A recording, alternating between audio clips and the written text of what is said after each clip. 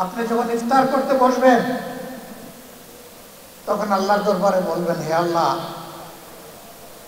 ইফতার তো আমার পেটের ভিতরে যাচ্ছে না, বাধ্য হয়ে খাচ্ছি, সামান্য একটু হাত বাড়িয়েছি, আমার এই বাড়ানো হাতকে তুমি লম্বা করে দাও,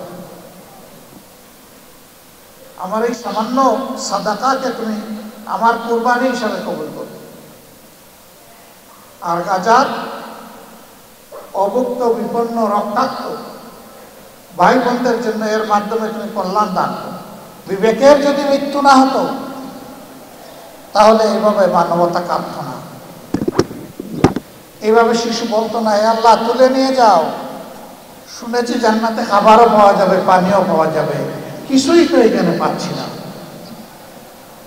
এর বিনিময়ে গুলি পাচ্ছে, বোমা পাচ্ছে। রে ভাইরা, আমরা বাংলাদেশ থেকে কি করতে পারি এই বিপন্ন ভাই বোনদের জন্য, এই অবুঝ শিশুদের জন্য, আমাদের মায়েদের জন্য আমরা কি করতে পারি?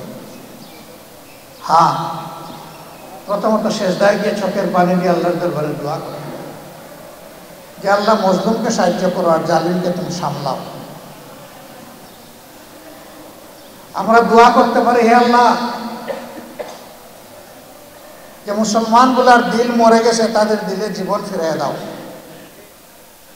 বিবেক তাদেরকে ফিরিয়ে দাও, ভয় শুধু তোমাকে করো, দুনিয়ার আর কোনো শক্তি কিংবা ব্যক্তিকে ভয় না করো, এমন একটা জীবন মুসলিম উম্মাকে তুমি ফিরিয়ে দাও।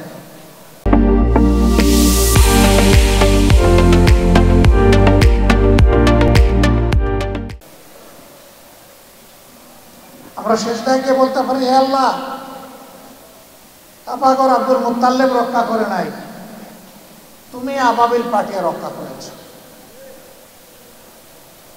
সুতরাং আজকে যদি ধরেও নেই, গাজার বাইরে আর কোনো মুসলমানের বসবাস নাই, তাহলে গাজার এই মজলুম ভাই বোনদের জন্য তুমিই যথেষ্ট।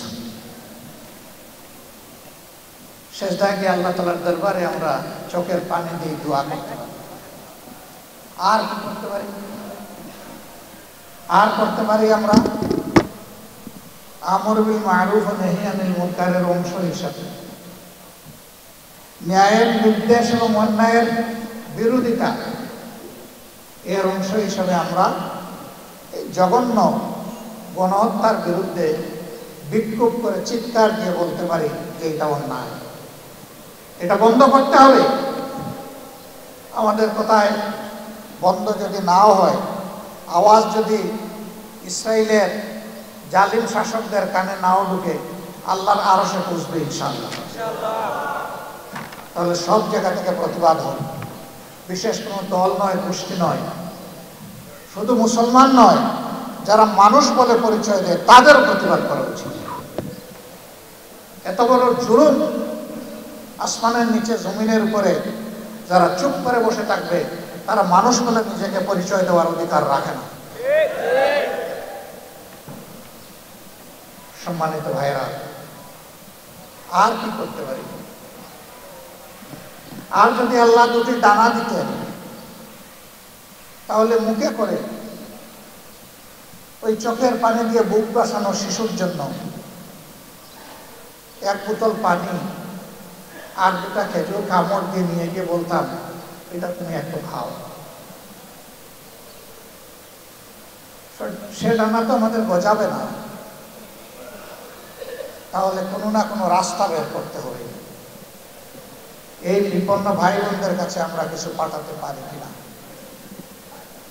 আলহামদুলিল্লাহ, আমরা উদ্যোগ নিয়েছি, সবাই শরীক হবে, কেউ বাদ যাবে না, যে যা পারেন। আপনি যখন ইফতার করতে বসবেন তখন আল্লাহর দরবারে বলবেন, হে আল্লাহ, ইফতার তো আমার পেটের ভিতরে যাচ্ছে না, বাধ্য হয়ে খাচ্ছি, সামান্য একটু হাত বাড়িয়েছি, আমার এই বাড়ানো হাতকে তুমি লম্বা করে দাও, আমার এই সামান্য সাদাকাকে তুমি আমার কুরবানি হিসাবে কবুল করো। আর গাজার অভুক্ত বিপন্ন রক্তাক্ত ভাই বোনদের জন্য এর মাধ্যমে তুমি কল্যাণ দান করো। ইনশাআল্লাহ আমরা নিজেরা করব, আপনজনদেরকে করতে বলবো, বন্ধু বান্ধবকে বলবো, প্রতিবেশীদেরকে বলবো, কর্মস্থলের সাথীদেরকে বলবো। বিভিন্ন লোক এবং সংস্থা উদ্যোগ নেবে। আপনার আস্থাতে যেখানে নিশ্চিত আপনি শুধু ওখানে দেবেন। আপনার বিবেক বলে দিবে যে আপনি কোন জায়গায় আস্থা রাখতে পারবেন।